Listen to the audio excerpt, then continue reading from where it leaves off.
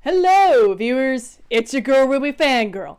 And today, I'm going to be talking about one of the most iconic fights in Rwby, and that is the food fight.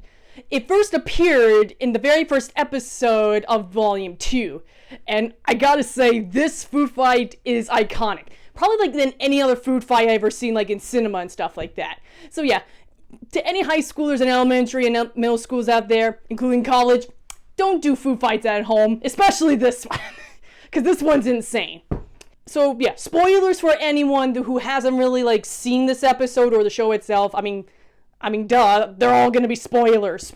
So yeah, so this episode starts off like in an ordinary lunch and stuff like that, when things start to get a little bit like, I think they're called like food throwing. I think it is, because I've never seen a food fight before, which is, I think that's kind of like a good thing for me. And then it escalates, and we get to, like, the two most iconic lines in that food fight. Nora says, "I'm queen of the castle, I'm queen of the castle." And Rwby responds by saying, "Justice will be swift, justice will be painful, it will be delicious, yeah!" I always get hyped up every time she says that. And then everything's just crazy. Like with Team Rwby and Team Juniper using like different foods like to fight one another. Yang uses turkey, like, you know, like just like her amber silica. Blake/Pyrrha uses breads, like, you know, like those long French breads. I mean, sure, they're stable enough to be like freaking swords, but whatever. And also Blake uses sausages as like a whip or something, like, you know, like how whips go. And I really love how it's really like animated and stuff like that. It's just fantastic. Chef's kiss right there. And where was I? Oh yes. So yeah, Weiss's uses like ketchup and a swordfish they have lying around somewhere. I don't know. What is it with this cafeteria with other foods? Oh yeah. And then Nora uses like her uses like a watermelon and some metal rod to use as her own hammer, and she just yeets like Yang into the roof and stuff like that. Okay, that part is funny. And then Ren uses long celery. I don't know what the hell that is.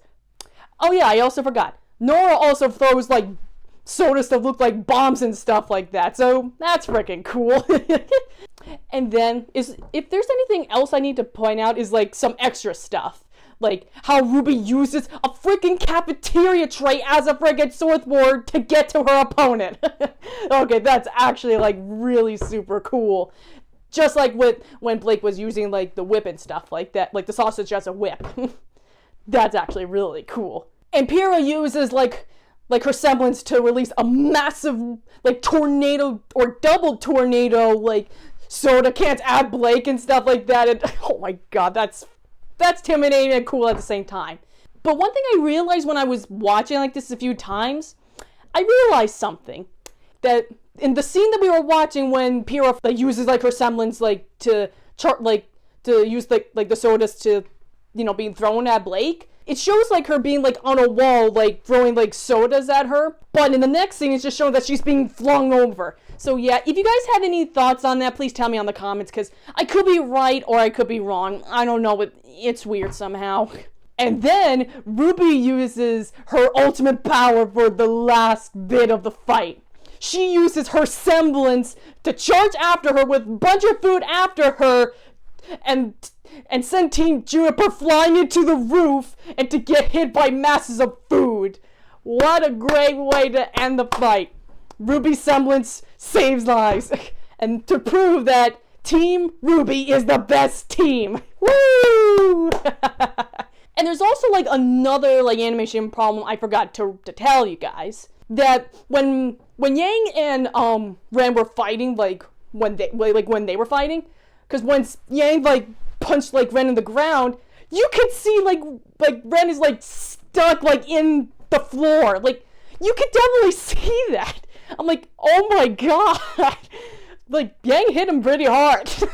Yeah, and then after the fight was over, Glinda Goodwitch like fixed like the cafeteria and stuff like that. But she might want to fix the roof like after Yang fell off, so... But still though, no one was hurt and stuff like that, they were all good. And that's my personal take on the food fight.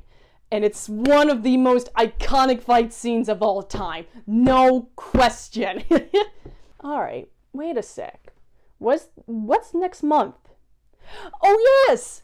It's Halloween, so this will be exciting horror month! And I'll see you guys in the next... Ooh, this will be fun.